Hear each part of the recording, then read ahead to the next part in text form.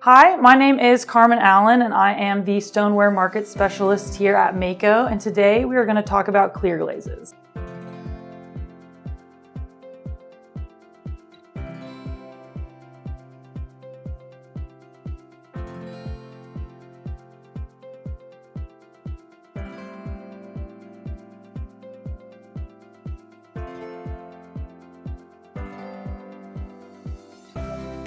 Mayco manufactures a variety of clear glazes that come in both low fire and mid-range temperatures. Today we're going to discuss the different clear glazes that we offer, as well as their performance and interactions with other products. To begin, we're going to go over our low fire clear glazes. Our low fire clear glazes come in a variety of sizes and for brushing, in addition to dipping as well. First, we'll talk about our crystal clear brushing glazes. We have S2101 for brushing and S2000 for dipping. Our crystal clear glazes have the same formulation, so they will interact with other products similarly. One is formulated for brushing and one's for dipping, so they're kind of, the results here will be used sort of interchangeably with both products. Next, we have our NT clears. We have an NT brushing as well as an NT dipping that is available. Next, we have our C300 transparent matte glaze. And our transparent matte glazes are only available in brushing. We do have 16-ounce and 4-ounce sizes, but they're not available for dipping. Next, we have the Duncan clear glazes that we manufacture. We have the Pure Brilliance glaze, which is available in both brushing as well as dipping. Next, we have the Duncan Envision clear glazes. The Envision line is only available in brushing, but it does come in a variety of sizes. First, we'll go over the crystal clear results with our stroke and coat glazes. So here we have our S21 over Tuxedo, Grapple, Hot Tamale, and Orchid. It is very common for clear glazes to interact with chrome tin pigments, which are going to be found in the purples, in addition to showcasing some bluing on darker glazes. The S2101 does have a mild interaction with our Grapple glaze as well as our Orchid glaze, but does not produce any bluing on our Tuxedo. When using our NT clears over stroke and coats, we found that these produce the most minimal interaction with the stroke and coats. You can see here there's no variation when it's over the Tuxedo, a very, very small variation when it's on the Grapple, no variation on the Hot Tamale, and still some bleaching on the Orchid, which is pretty common. You can see here on the stroke and coats, the matte is sort of fighting with the finish a little bit. The stroke and coat finish does kind of come through, as well as breaks up some of that smooth matte finish. So applying this matte glaze over a stroke and coat will not change the finish to matte. In addition to that, it does add some cloudiness to the surface. And later on in the video, I will go to show how to apply a clean, consistent coat of matte glazes, because these ones do have a tendency to start clouding or building up if the application is not very even. When applying Pure Brilliance over stroke and coat, you can see here it does interact with all of the colors that I showcased. So we have it on Tuxedo, Grapple, Hot Tamale, and Orchid. It's bleaching out all four. So perhaps applying it thin could stop any interaction, but if you're applying clear glaze on the entire surface, it does have a really consistent change, so it wouldn't necessarily be noticeable. And it's not bleaching them out completely, which is nice. You do have some pigment left. The Envision glazes over stroke and coats here, you can see it does bleach out these darker colors. There's a minimal interaction with the red, but it's still there. Definitely bleaches the Orchid out a lot, as well as the Grapple. Here we are featuring our Jet Black, Regal Purple, Lilac, and flame red. When you're using our crystal clear glazes over underglazes, that is sometimes common to have those interactions as well. You can see here with all of these underglazes, there's no interaction at all. So the crystal clear glazes work really, really well and don't produce any interactions when used with underglazes. When using NT clear glazes over underglazes, you can see here, there's a little bit more interaction than there is with our crystal clear series, but it's still nothing super dramatic. And then using the transparent matte over an underglaze, you can see because of the uneven application, we do have a little bit of clouding. I will go into this again at the end of the video. This I just kind of brushed on really quick, so that kind of shows the variation and how it will change the results. So if you brushed out your glaze really well, you could get really a nice smooth matte finish while still staying true to the color. When using the Pure Brilliance glazes over underglazes, there is a bit of an interaction on the darker colors, but we're not bleaching out the purples, which is really nice. And it still has a nice smooth finish here. And then the Envision over underglazes, there is minimal interaction. This here could have been an inconsistency of the brush stroke that's causing the interaction. So if you're really brushing that glaze out really well, you might not end up with any of this variation that occurs. When using our crystal clear glazes on a terracotta body, you can see here there is some slight bluing that happens. But for the most part, you can definitely see the color of the terracotta through it, and it really does brighten up that color really well. When using the NT clear glazes on a terracotta body, we found that this is the most clear on this body. There's no bluing. It really, really brightens up the color. You don't see any clouding or anything like that. So this is a really good one to use if you're using a clay body that's low fire and it's not a white clay. Our transparent matte glaze on a terracotta body, which is not surprising, it does add a little bit of cloudiness. It's definitely reacting, or it's creating contrast with this darker body. The transparent matte glaze typically works better on lighter clay bodies to avoid any clouding. And on a terracotta body, you can see here there's a little bit of clouding that's happening, or bluing, where it might have been a little bit thicker. So perhaps with really brushed out coats, it wouldn't interact with the terracotta body. It creates a nice rich color, but just pay attention to the application thickness when applying that on other clay bodies. And when applying the Envision glazes to a terracotta body, we do get a decent amount of bluing that's happening. So this one I think isn't necessarily related as much to the thickness of the product as much as it is related to it interacting with the body. So I think for the terracotta body, the best recommendations would be the NTBR or the Pure Brilliance. They have the least amount of interaction if you want it to stay that true terracotta. Here I have a sample of 2 different clear glazes applied over an Elements glaze. Here I just wanted to showcase how, first of all, applying clear glazes often will create an interaction with the glaze you're applying it over. So if you think applying a clear glaze over top of a surface will just seal it, that's not necessarily always the case. It can happen with really, really stiff glazes like the stroke and coats or underglazes, but more interactive glazes, you are gonna have some modeling between the 2 products. So you can see how it changes the color here.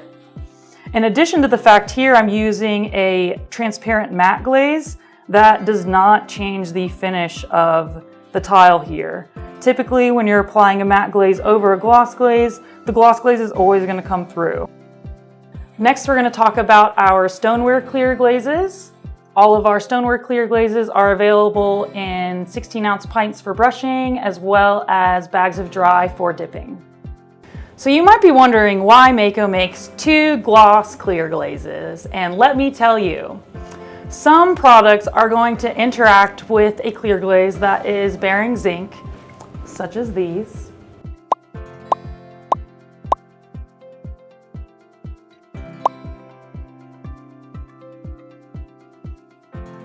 So we created a zinc-free clear glaze to reduce an interaction with them. First, let's review our Stoneware Clear Glazes over stroke and coat.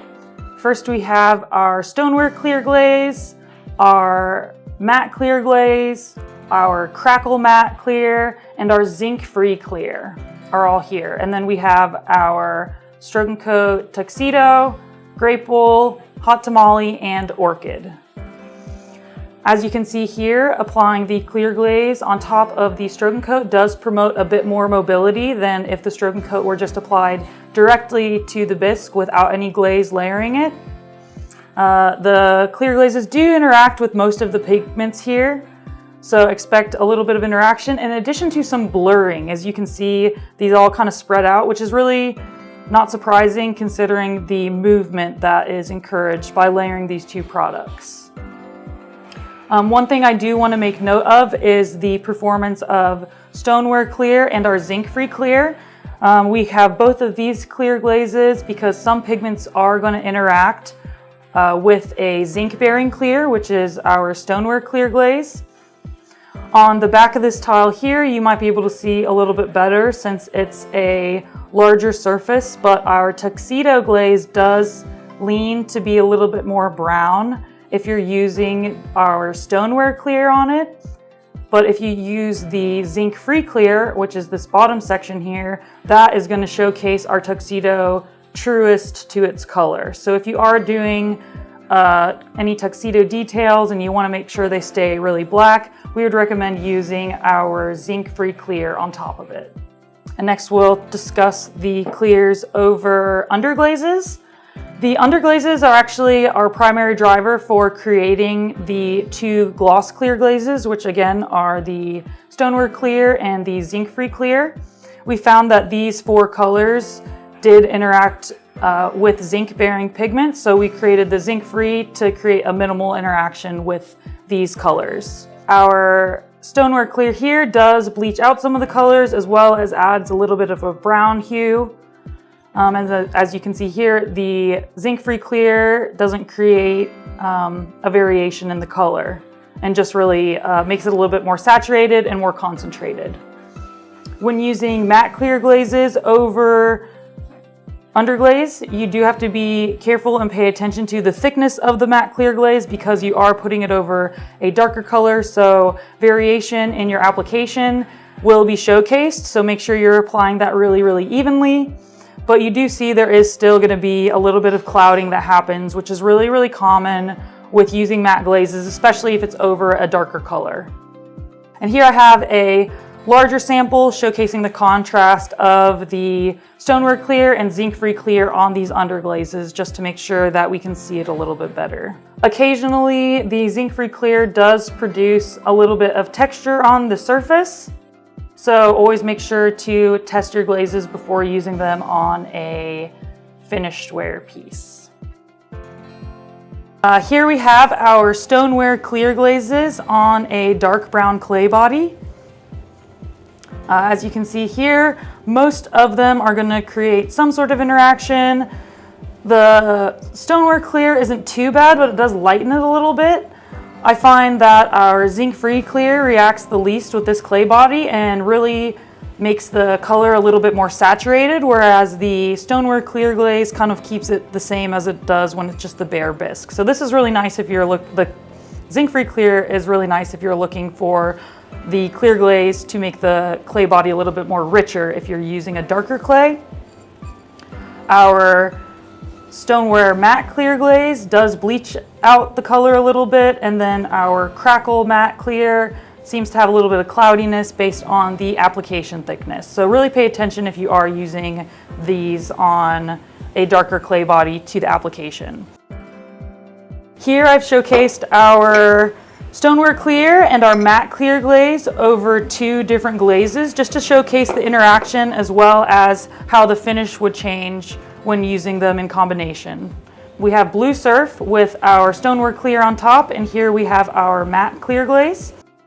You can see here there is a minimal interaction. Some glazes will produce a little bit more interaction if you're layering them with clear glazes. Typically, putting a clear glaze isn't just going to change the finish of your piece, again, they are interacting with one another. So you can see here, the gloss comes through the matte glaze, and the Stoneware Clear Glaze does create a little bit more color variation. When using the clear glazes over a matte glaze, this is a perfect example, again, showcasing the interaction that happens. Here we have our weathered blue by itself. Here it is with the Stoneware Clear, and here it is with the matte clear glaze. So the matte clear glaze does create an interaction. It doesn't make it more matte since it's already a matte glaze, but it does have a little bit of variety in the finish here, which is kind of strange. And then this, it just totally interacts. You get rid of this white variegation that happens on this product. Something that you might come across when using clear glazes is crazing. Crazing is caused by the fit between the glaze and the clay body. If they are not compatible, you're going to create microfractures in your glaze surface. So if you have clear glaze and it's on a piece and it's crazing and you don't want it to, we do suggest testing with different clay bodies, perhaps changing your firing speed, but generally it's going to have something to do more so with the clay body compatibility with the glaze itself. When it comes to our crackle glazes, those are glazes that are made to intentionally craze on a fired and glazed surface. So if you're using a crackle glaze and it's not crazing, first we recommend that you wait at least 7 days to make sure all of the crazing has showcased on the surface. And secondly, all of our glaze samples are going to have a stain that's been applied to that surface to highlight the crazing. So make sure you give it enough time for the crazing to come into effect, as well as highlight the crazing using a stain or India ink. We water down acrylics and just scrape them across the surface to showcase it. Also, we wanted to mention that applying a dinnerware safe glaze or clear glaze over a surface that's not recommended for dinnerware surfaces is not necessarily going to always make that surface suitable for dinnerware surfaces. We do ask that our customers practice a practical consideration when observing a fired and glazed surface and the suitability of that surface for dinnerware. Please note that finished ware producers are responsible for food safe testing their glazes that are being sold into commerce. And now I'm going to demo how to apply your clear glaze. I'm going to use our NT brushing and our matte transparent brushing. So these are both low fire clear glazes, but this technique can be applied to mid-range brushing clear glazes as well. Typically we recommend using a fully loaded soft fan brush to apply your clear glaze, or any glaze really. But with the clear glazes, I like to be a little bit more conservative with the loading in order to have a little bit more control of the application process. So I'm going to use the transparent matte glaze for this. And I am still going to want to load my fan brush, but I'm going to be pulling the glaze out a little bit more than I would typically. So my fan brush is loaded nice and full here. I'm going to apply it to the surface, and I'm actually going to continue to brush it out and make it drag across the surface. So I want to brush, so I'm not trying to lay it on like peanut butter or icing, like I always say, but here we really want to brush that surface out, and that's going to reduce variation in the glaze finish, and especially with the matte clear glazes, reduce clouding. So typically we recommend applying 2 coats of clear glaze, and applying 2 coats this way really ensures the finish and surface is really even. So we can go ahead and apply the NT BR clear on here. And with the gloss clear glazes, it's not quite as big of a deal as with the matte clear glazes, since the matte clear glazes have a tendency to cloud and be a little bit more reactive with clays or glazes. If you are applying a clear glaze on any of the things that we previously mentioned interact, brushing them out in this way can help reduce that interaction, specifically on these different clay bodies. I think these are things that you can kind of will to perform a little bit better, because most of the interaction that happens is just like a buildup or an inconsistency in the application. So I've got my first coat on, and that dried really, really fast because I brushed it out so much. And here I'm gonna load my brush up again. Again, not all the way up here necessarily. I'm not letting it swim in the glaze, but really, really brushing that glaze out so that it is a nice and even application. So kind of until my brush is really pulling, and then I'll do kind of a final hit with it to make the brush strokes a little bit more consistent, because sometimes cross-hatching them, I found I end up with a little less consistent coverage. And then finally, the second coat of the NTBR. Again, these ones I'm pulling out a little bit more than I would typically recommend for our stoneware glazes specifically, but a lot of the time you're gonna apply elements or stroking coats a little bit heavier like that than this as well.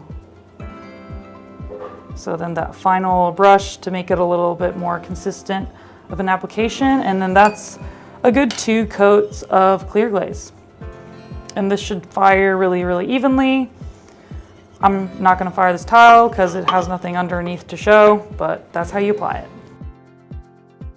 If you are familiar with our Specta-Clear glaze line, those glazes are going to use our NTBR as a base. So if you're worried about interactions or anything, please keep in mind that it's going to be similar to anything that happens with NTBR. Thank you so much for tuning in with us today. We really hope you found this video helpful. Definitely make sure to reach out to our technical team if you come across any issues with our products. And as always, make it Mayco.